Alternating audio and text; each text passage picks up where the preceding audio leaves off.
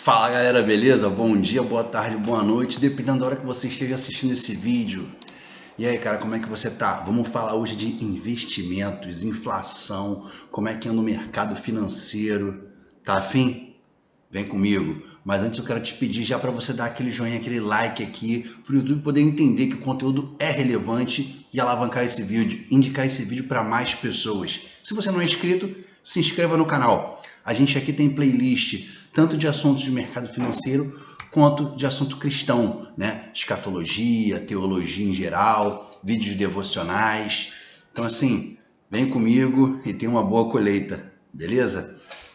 Cara, quero falar o seguinte com você. O que os gestores de investimento esperam da inflação e do desempenho da economia nesse segundo semestre? Quais são as classes de ativos e os setores mais promissores para esse período? O mercado está conturbado, está voltando, a retomada econômica está grande, vacinação está em dia, os setores estão novamente aquecendo os motores, né? Mas muita coisa está acontecendo. Existe um imbróglio, né, dentro do setor econômico que a gente pode resumir o seguinte: o PIB caiu, tá certo? O Produto Interno Bruto caiu, inflação subiu, estímulos estão para ser retirados do mercado e a gente não sabe como é que vai ficar. Existe um grande ponto de interrogação na frente de gestores, na frente dos investidores, na frente dos especialistas, tá certo?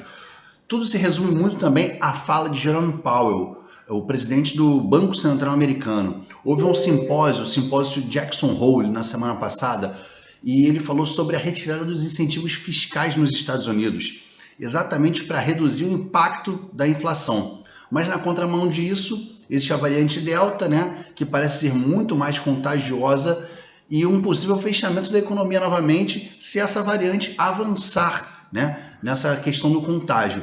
E vai impactar o povo, né, cogitando a hipótese de ter que continuar sendo feita a demanda desses incentivos que eles estão querendo retirar. E aí entramos na questão do tapering, tá? O tapering, a gente vai fazer o seguinte: eu vou explicar o que é o tapering logo mais, perfeito? Para a gente não entrar no detalhe do tapering. Com a retomada da economia norte-americana, o tapering voltou a ser falado e temido no mercado de forma geral, tá bom? Essa apreensão é perfeitamente compreensível, porque afinal de contas, aconteceu há alguns anos, né, o fenômeno causou grandes estragos, principalmente nas economias que recém se recuperavam da crise de 2008, tá certo? Do subprime. Em momentos de crise financeira, quando é preciso, né, dar mais suporte à atividade econômica, o Fed ele injeta liquidez no mercado, né? Ou seja, faz esses incentivos fiscais, incentivos monetários, né, desses auxílios que estão acontecendo aqui no Brasil, acontecem lá fora, na Europa, nos Estados Unidos.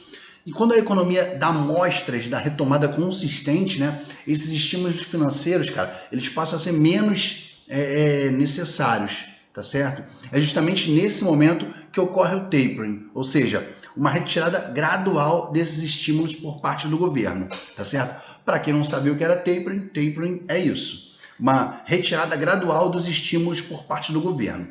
Com o fim desses estímulos americanos, esses estímulos financeiros dos Estados Unidos, o mercado teme uma reprise do que aconteceu em 2013, tá?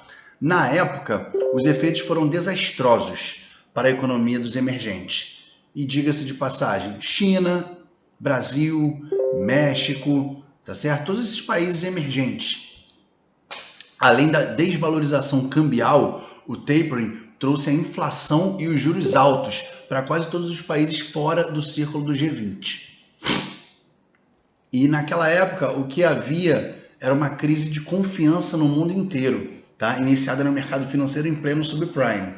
Outro ponto importante a considerar é que o momento do Brasil em nada se parece com aquele de 8 anos atrás. Nesse sentido, naquela época, a economia brasileira tinha sim um câmbio supervalorizado, gastava-se muito mais do que gasta-se hoje com a dívida pública. Outro ponto importante a gente deve prestar atenção na evolução dos juros após essa retirada dos estímulos financeiros. Nesse sentido, o governo norte-americano ele entende que será difícil controlar a inflação. Tá? Provavelmente eles devem aumentar a taxa de juros, que hoje é quase zero. Apesar do tapering ser um indicativo de aumento de taxa de juros, não significa que isso necessariamente ocorrerá. Tá? O que determinará a evolução dos juros será o andamento da economia do país. No entanto, se de fato ocorrer um aumento, isso pode sim ser prejudicial para o mercado financeiro brasileiro, porque naturalmente o dólar vai ficar mais caro para fazer aquisição aqui no Brasil de produtos estrangeiros, as reservas internacionais, né, o acúmulo de dólar aqui no Brasil vai necessitar de uma maior demanda, aumentando assim os juros, a taxa Selic. A vacinação está impulsionando a economia. Os especialistas acreditam que o bom ritmo da vacinação ajuda a destravar mais rápido a economia, impulsionando negócios, além de favorecer empresas do setor cíclico. Apesar da preocupação da variante Delta, ela não vem causando elevações de quadros graves. Isso ameniza um pouco, mas ainda nos deixa em alerta, porque a gente não sabe exatamente com o que estamos lidando. Estamos ainda em quadro pandêmico, ainda não está tudo controlado.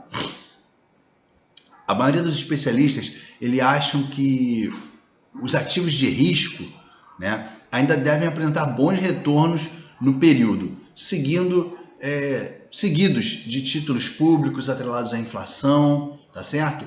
Ações brasileiras, ações do mercado global, renda fixa atrelada à inflação, crédito privado, renda fixa DI, renda fixa pré, dólar, entre outros ativos financeiros, ativos de riscos, tá?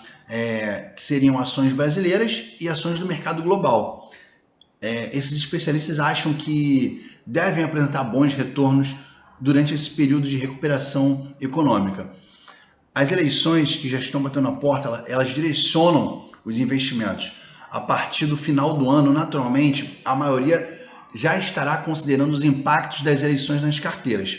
Porém, é interessante notar como que há cerca de 15 meses das próximas eleições, metade das gestoras já estão se preparando nesse sentido.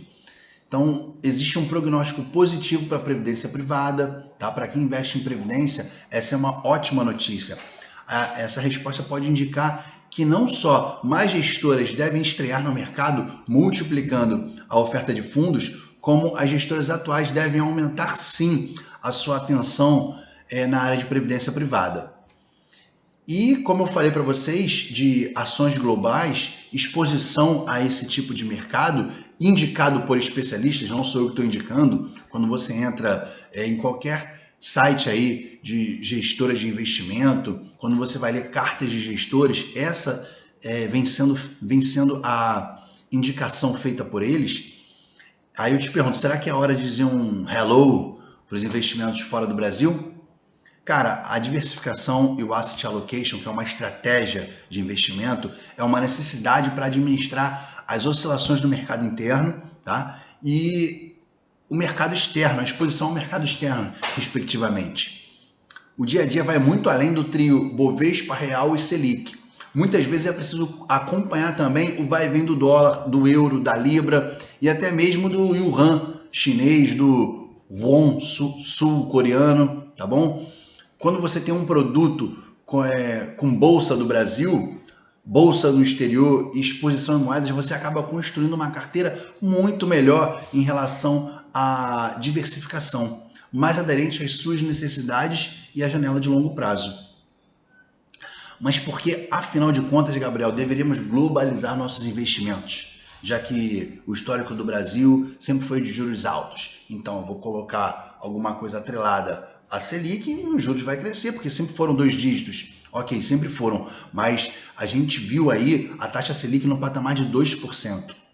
Isso é uma escassez de juros muito grande. Para quem é tomador, perfeito, eu vou tomar dinheiro emprestado e vou pagar menos.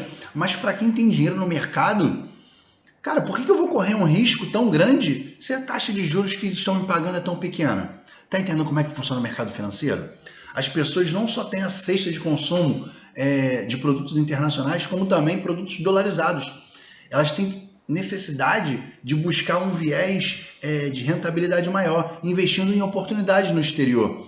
E isso faz com que essa carteira fique mais aderente à cesta de consumos. Tá? Afinal de contas, consumimos muito dólar e isso não é novidade. Se você parar para pensar, cara, você consome tecnologia, entretenimento, né? Empresas como a Disney, Amazon, Johnson & Johnson, muitas dessas marcas globais estão há anos no nosso dia a dia, nas prateleiras, no carrinho do supermercado, aqui no Brasil, né? Diversos supermercados. E as pessoas nem conseguem investir nessas empresas que produzem os produtos que elas consomem, tá certo? Então, assim, por que não gerar dividendos em dólar também? Por que só gastar, né? Por que só ter um passivo e não um ativo? Eu entendo que é natural que o investidor se sinta mais confortável para investir no seu próprio país, porque conhece as regras, as leis, as empresas, né? Isso considerando que conheça mesmo, tá? Mas eu acredito que o investidor, na verdade, para proteger o seu capital da inflação, precisa estar exposto a mercados e instrumentos que não necessariamente sejam do país onde ele vive. Óbvio que isso requer um esforço de estudo para entender o mercado, ou que pelo menos você procure um profissional capacitado para te orientar. E para isso existem os assessores de investimento, os especialistas de investimento, tá bom? Os gestores, as researches, as casas de researches, tá certo? Então, assim, não joga uma moeda pro alto e decida o que você vai fazer como se fosse um cara ou coroa. Do mesmo jeito que o foguete não tem ré, quando a gente fala de investimentos que dão certo, cara, pode usar essa metáfora aí também para decisões que, de repente, não tem como você voltar atrás, tá certo? No mercado financeiro. Atitudes tomadas hoje vão refletir os resultados que você vai colher amanhã. Então, cara, fica com essa ideia na tua cabeça aí. Vamos pensar em rentabilizar a nossa carteira de investimento. Aqui no meu canal existem cards e cards falando sobre isso. E, cara, boa colheita!